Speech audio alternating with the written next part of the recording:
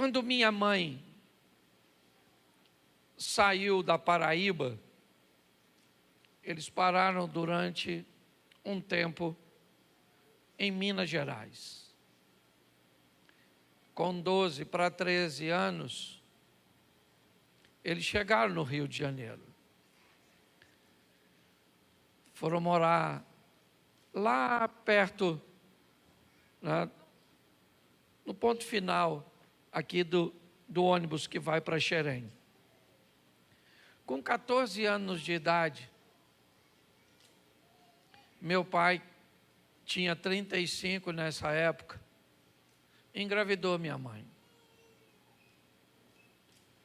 Há um tempo atrás, eu conversando com minha mãe, ela me disse: filho, eu fui criado num regime onde eu não sabia que filho nascia por causa de relacionamento sexual. Eu não tinha esse conhecimento, não chegou para mim lá na Paraíba. Então eu não tinha entendimento quando eu estava me relacionando com seu pai, que sabia muito bem o que estava fazendo, que eu poderia, através daquele ato, gerar um filho. Se eu tivesse o entendimento disso, eu teria ou não teria feito, até porque era uma menina de 14 anos. Minha mãe me teve com 14, já para 15, quase com 15 completo. E eu sei muito bem o que é não ter uma família. Ou melhor, eu prefiro olhar por outro ângulo. Eu sei muito bem o que é ter muitas famílias, o que é passar por muitos lugares, o que é viver num ambiente onde não está lá seu pai e a sua mãe, onde a palavra pai e mãe nunca saía na minha boca, a não ser de forma esporádica, quando eu encontrava com meu pai. Hoje me sinto um pouco mais à vontade de falar sobre isso, porque meu pai não está mais vivo. Eu resguardava de falar essas coisas para proteger a integridade de meu pai, que já estava numa idade avançada, e não acredito que havia feito aquilo de propósito, se bem que sabia o que estava fazendo. Me deram para 5 famílias diferentes, porque meu pai me tomou da minha mãe e me deu para uma tia que foi viajar algumas semanas depois e me deixou aos cuidados de outra, que depois que voltou de viagem, a minha tia que tinha me recebido, aqui me pegou para tomar conta, não quis me devolver. E dali eu fui passando de mão em mão, sem um protocolo familiar,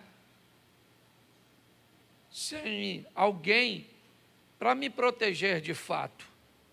Eu tive 2 homens extraordinários na minha vida, homens que me serviram por pai, e infelizmente eu não tive maturidade para agradecer a eles o que eles fizeram por mim.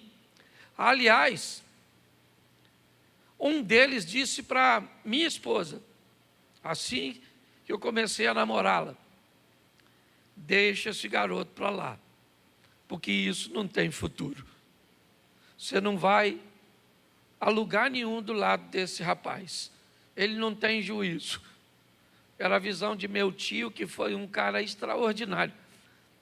Para falar a verdade para vocês, a única pessoa até hoje na minha vida que eu pedi para ver um dia de novo foi meu tio Domiciano, que me criou, que me serviu como pai, ainda que eu nunca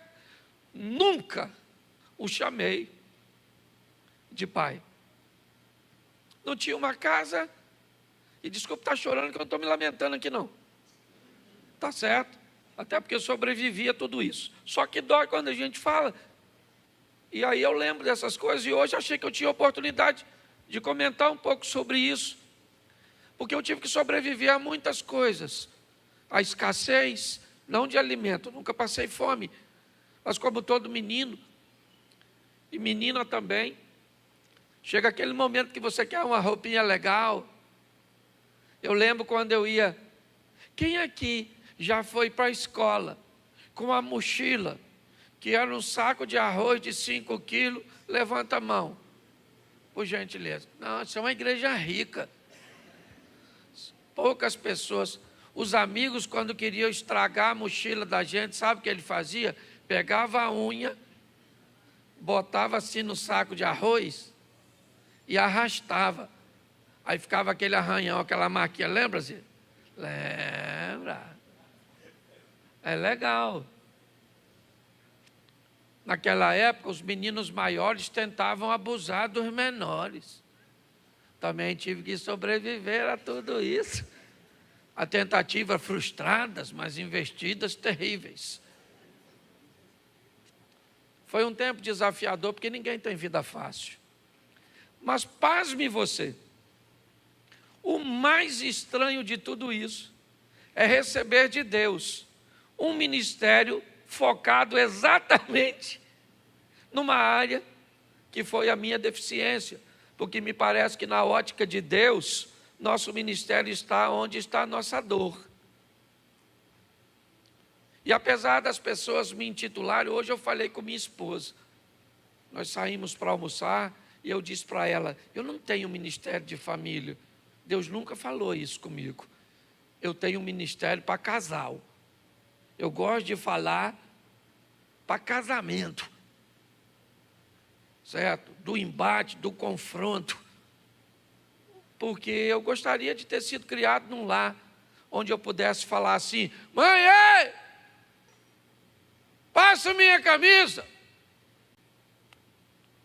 mãe, ei, coloca minha comida. Eu não tive esse privilégio. Se você é filho e hoje tem e não valoriza, pô, você não sabe o que eu sinto falta desse negócio. Mas nutrindo isso da minha mente, me veio um texto, e ele é Malaquias, capítulo 4, verso 4, onde o texto diz assim, lembrai-vos da lei de Moisés, meu servo, a qual lhe mandei em Horebe para todo o Israel, a qual são os estatutos e juízos. Eis que vos envio o profeta Elias, antes que venha o grande e terrível, não, o dia grande e terrível do Senhor. Verso 6.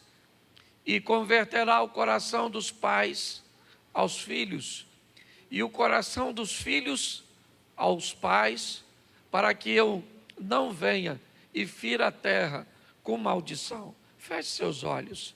Senhor nosso Deus e Pai, continua falando conosco e usa-me como um canal de bênção nesta hora, pelo poder do nome de Jesus, é o que eu te peço. Amém, glória a Deus, amém.